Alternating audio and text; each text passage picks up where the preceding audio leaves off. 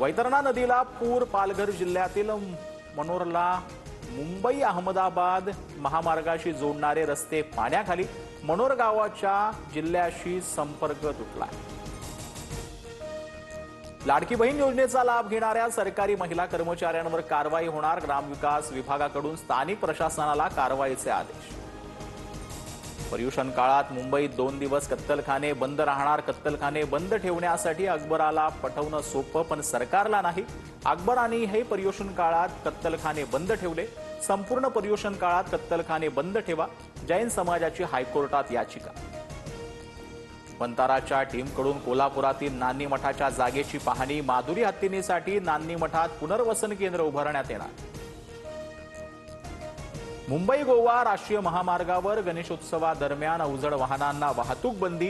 23 August ते 28 August दरम्यान अवजड वाहनांना बंदी। Truck, multi axle, trailer, lorry आदी वाहनांचा समावेश।